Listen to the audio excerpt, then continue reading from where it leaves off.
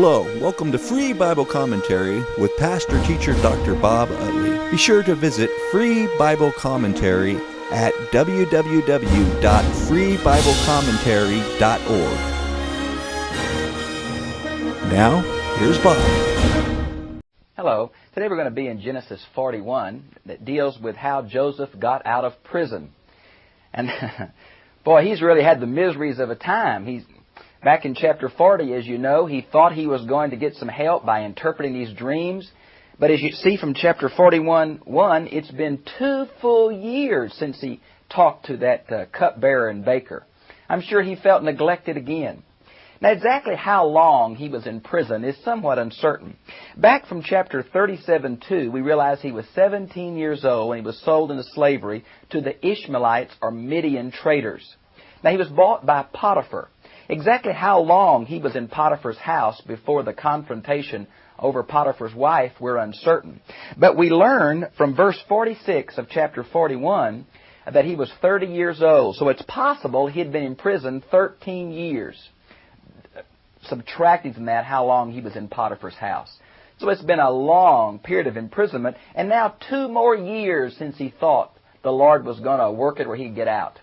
I'm sure Joseph it would have been very discouraged, and yet we don't see that in this man. Somehow he has the presence of the power of the Lord, even though the Lord has not come to him directly as he did to the patriarchs. Now it happened at the end of 2 full years.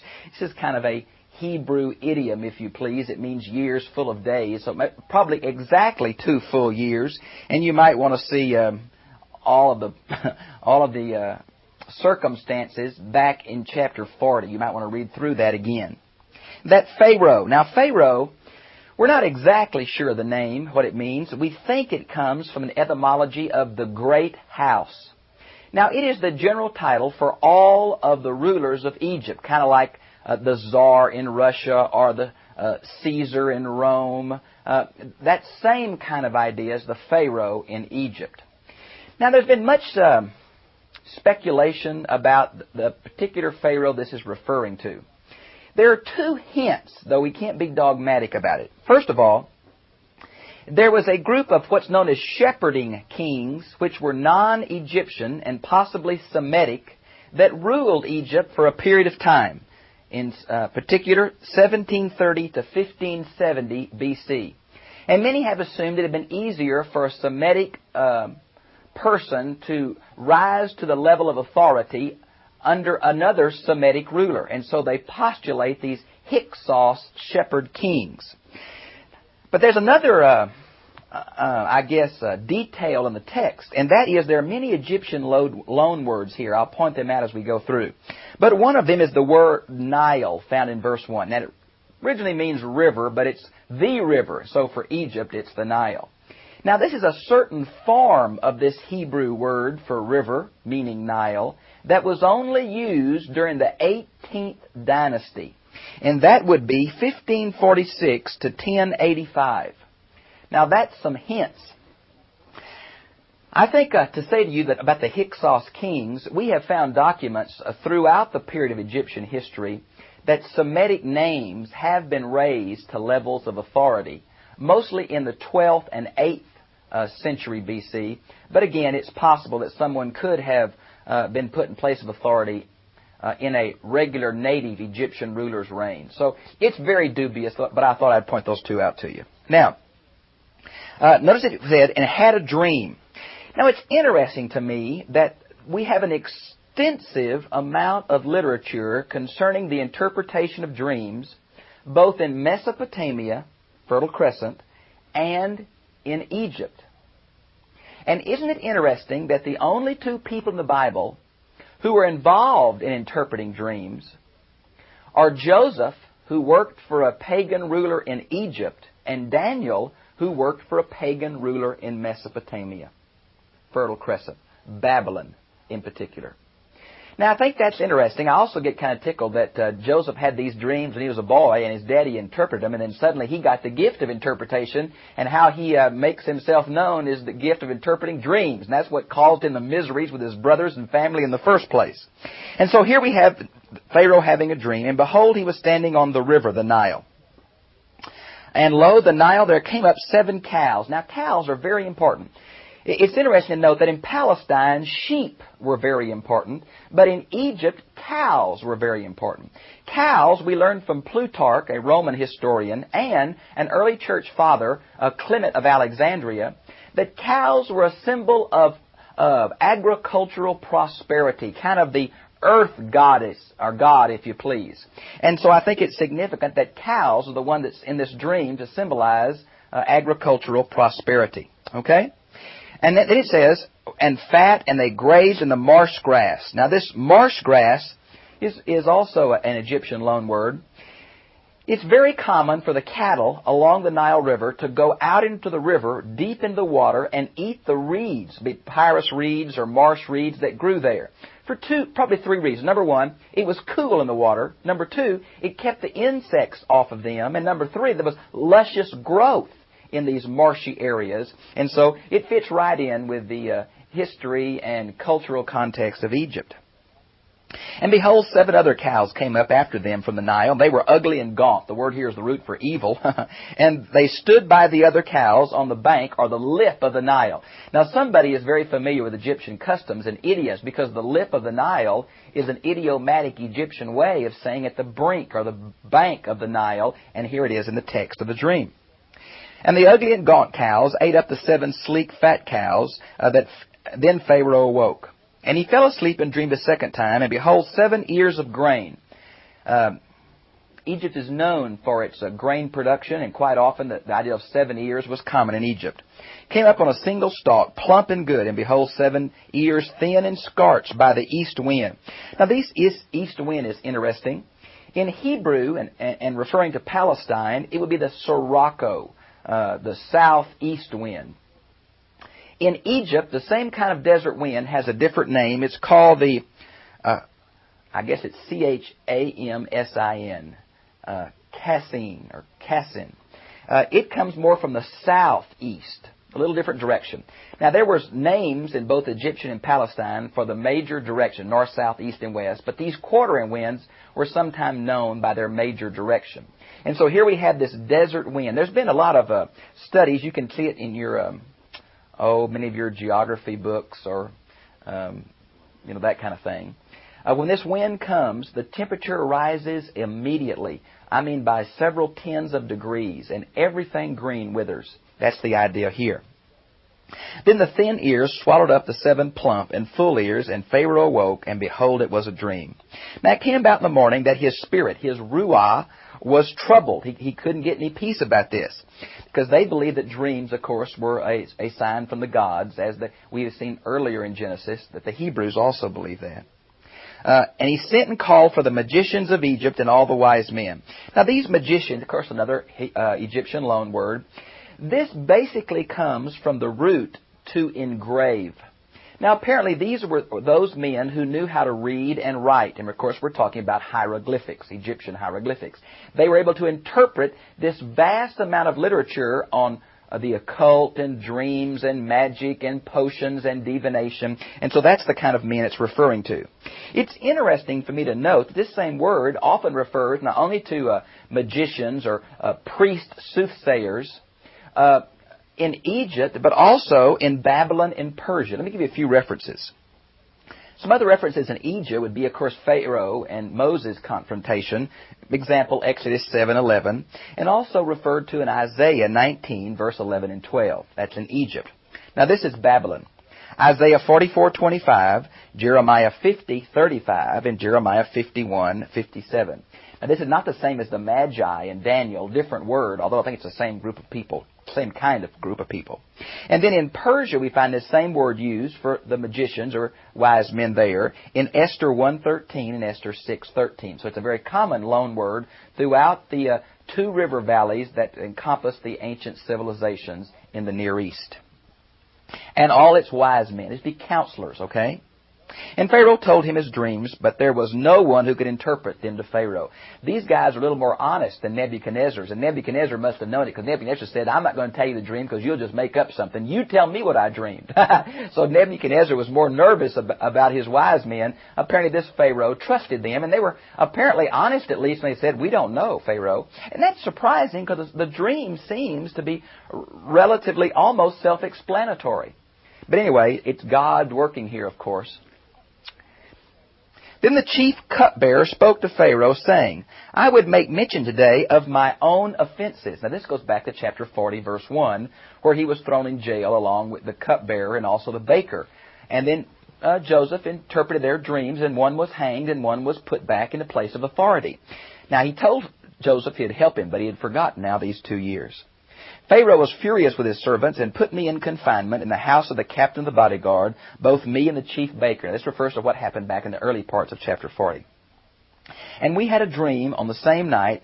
He and I, each of us dreamed according to the interpretation of his own dream. Now a Hebrew youth was there with us. Now this shows us that Joseph was put in the royal prison.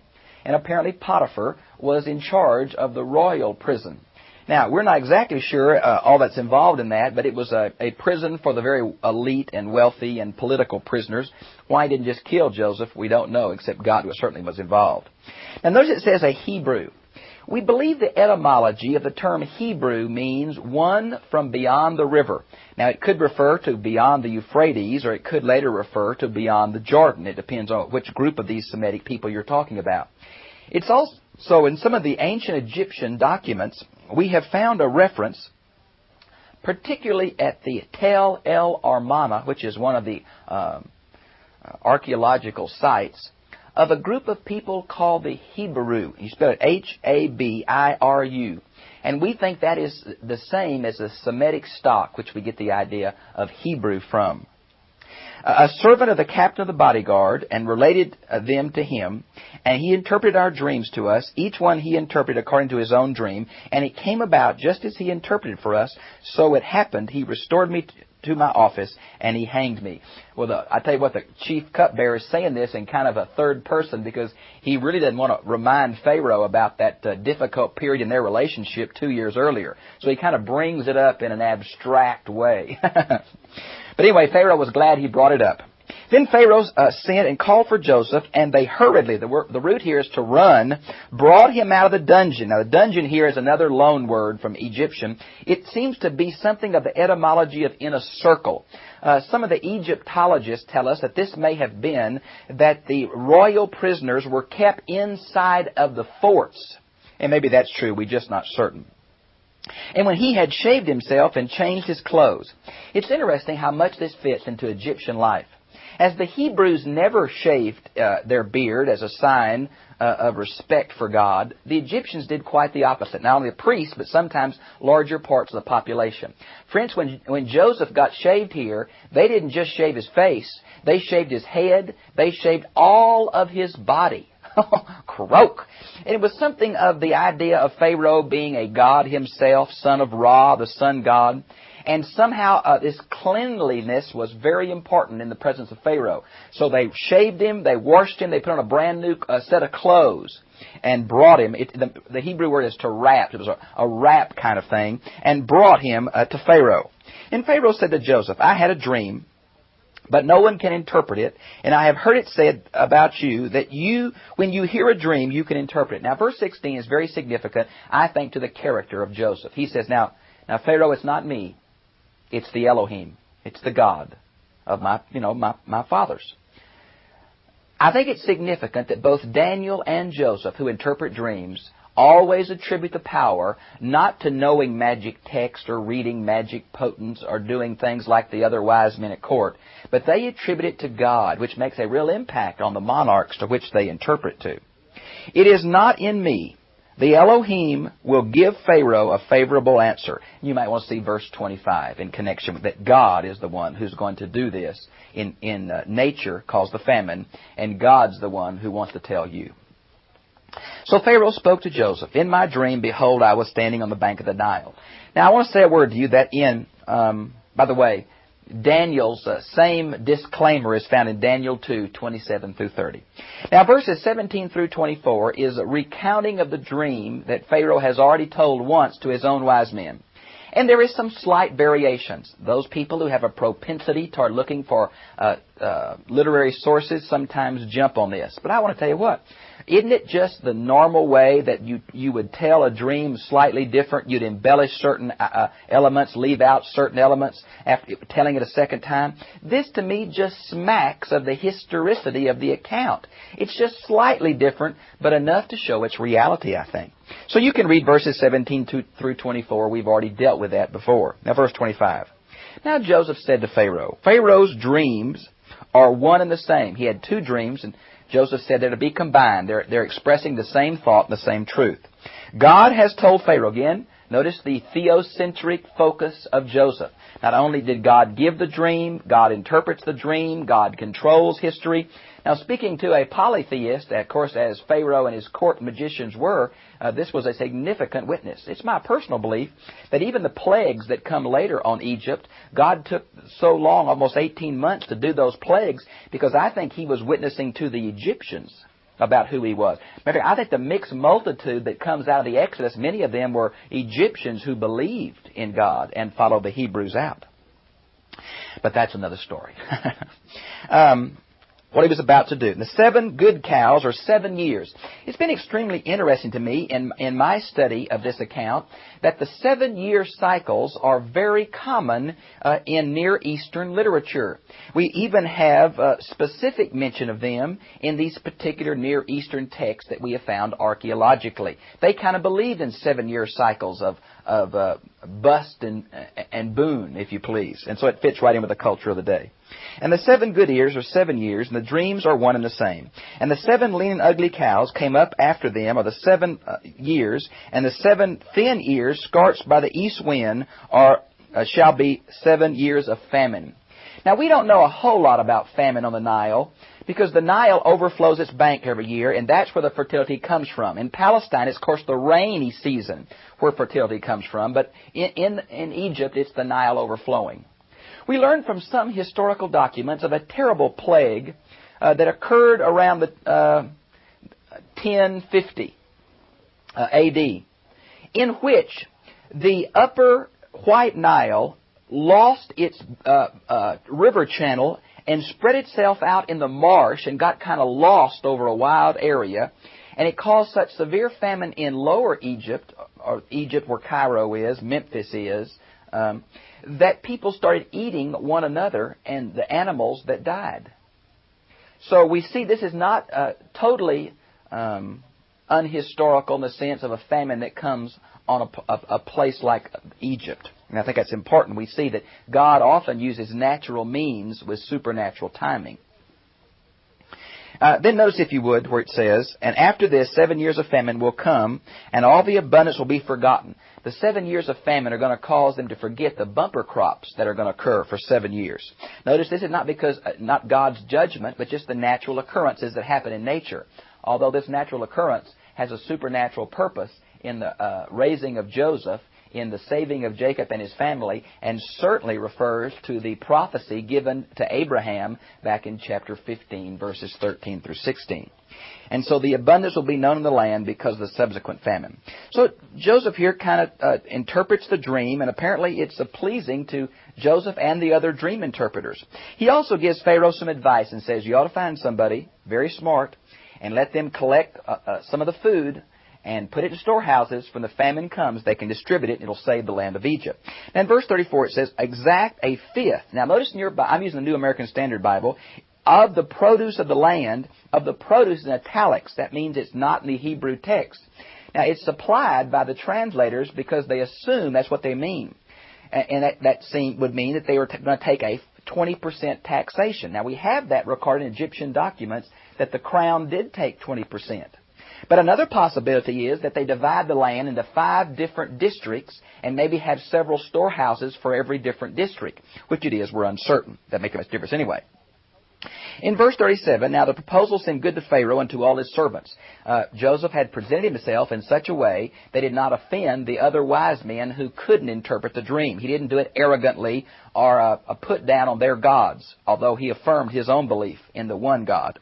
Now, and Pharaoh said to his servants, can we find a man like this in whom that divine spirit? Now the word here is Ruah Elohim, the same name for God that Joseph has been using for God. And of course the Ruah is the word for spirit. This is one of the first occurrences of this, although we find it in Daniel quite often, Daniel 4, 8 and 9, and Daniel 4:18 and Daniel 5:11 and 14, speaking of Daniel. Obviously it's a way of referring to one who interprets dreams. And so Pharaoh said to Joseph, since God has, Elohim again, informed you of all this, there is no one so discerning and wise as you are. Now here it begins a several list of very Egyptian customs showing Joseph's elevation to authority. And you shall come over my house according to you shall be over my house, and according to your command all the people shall do homage. Now the literal Hebrew here is kiss upon the mouth, croak. Well, of course, we know nothing of that in history. Some say it means to bow down to the earth and kiss the earth, do homage, and that's what most translations have, and I think that's an excellent translation. Maybe a good paraphrase in our idiom would be, they're going to hang on your every word, something like that. And Pharaoh said to Joseph, see that I've set you over all the land of Egypt. Wow, he's going to be like the V-I-S-I-E-R, a vicer, which we know a position in Egypt. Now listen to this. Number one, Pharaoh took off his signet ring and put it on Joseph's hands, a sign of authority. The etymology of this Egyptian word meant to sink down, and it meant the idea of a ring sinking down in clay or wax as a symbol of the authority of the king. Look at number 2. Clothed him in garments of fine linen. This is another Hebrew word. It meant white linen. This kind of fine linen was noted for the priestly class. Very expensive, very fine, usually white. Number 3. Put a gold necklace around his neck. Now this is also very Egyptian, and we see it particularly in one of the dynasties of the 12th century, although it must have been common in all of them. It was also something that happened to Daniel. Daniel 5:7, 5:16, and 5:29. It must have been common in the ancient Near East. Number 4 is in verse 43 where it says, and ride in his second chariot. Maybe ride next to him or right behind him, second in command. He becomes second to Pharaoh in all the land of Egypt. Isn't that amazing? And then number 5, they proclaim before him. Now the Egyptian word used here is very difficult to ascertain its etymology. Matter of fact, the Brown Driver Briggs, which is kind of the Bible for Old Testament words, has 7 different definitions of this word. So obviously we don't know. But I think the best seems to be bow the knee. Now that's used by the Vulgate, which is the Latin translation, the translation of Aquila by Origen of Alexandria, and by the Middle Ages Jewish commentator Kimchi. And I think that's probably the best, bow the knee. Moreover, Pharaoh said to Joseph, though I am Pharaoh, yet without your permission no one shall raise his hand or foot in all the land of Egypt. And there's the 6th sign of his power and authority. And Pharaoh named Joseph, and here's another Hebrew loan word in verse 45. Now some think it's an official title related to the Pharaoh. You might want to see one very similar found in Genesis 45:8. My New American Standard Margin says, the God speaks, and he lives. The God speaks referring to Pharaoh being the God of the son of Ra. Others say he who knows things. Still others say abundance of life. And friends, there are many, many more possibilities. We just don't know. And gave him, and look at this girl's name. It's an Egyptian name. It means belongs to Neith, one of the goddesses, kind of like the love goddess. The daughter of Potipharah. Now this is a lengthened form of Potiphar. And it means the same as Potiphar, which means the sun god Ra gave, something like that. The priest of On. Now On is known in Greek as Heliopolis, which means hilly, the sun, and polis, city of the sun. We find the same city as its Hebrew name, Beth Shemesh, in Jeremiah 43:13. It's about 7 miles north of modern Cairo. This was a very important city. The priest of this city was called the chief interpreter. So they were raising Joseph up to the priestly aristocracy of his day. Very significant. Notice verse 46 says he was 30 years old when he stood before Pharaoh. And now he's going to have 2 children. We see them down. We see his activity in 46 through 49. Went all over the land, set up storehouses, set up administrators, set up soldiers, set up taxation. Did all that. Very energetic, very good administrator. Now, before the year of famine came, 2 sons were born to Joseph. And he named the first one Manasseh. Now, the popular etymology is because he forgot all of the pain connected with his own family. Now, we're going to see the pain is still there. But he kind of got over the loss of his family because he now had a family of himself. And so the word Manasseh, it's a Hebrew word. He's naming his own children by Hebrew names. And then in verse 52, we have his other son, Ephraim. It also means fruitful or double fruitful and double fruit. And so it's another Hebrew name. It seems that Joseph, though saying I've got over my family loss, is going back to his Hebrew roots by naming these 2 boys. It's always been interesting to me to note that in modern Israel, legally you know who is really Jewish by the fact they have a Jewish mother. Isn't that funny that Ephraim and Manasseh would not qualify to really be Jewish because they only had a Jewish father. And the mother, of course, was an Egyptian of the priestess class. Isn't that interesting? We don't know if Joseph shared about the Lord and she was converted, but there's no real condemnation of Egyptian wives in the Bible as long as they're not polytheistic. Now, notice that it's happened just the way Joseph said it was going to happen in verses 53 through 57. And this really sets the stage for Jacob and his sons coming for grain to Egypt, because all the world came to Egypt, for all the world was in famine. Now, this is a biblical way of speaking of the world around the Mediterranean Sea. It doesn't refer to far Babylon. It doesn't refer to, Europe. But the countries close around, matter of fact, Egypt was known as the breadbasket of that part of the world. And so it set the stage for chapter 42, where his brothers are going to come to him for help.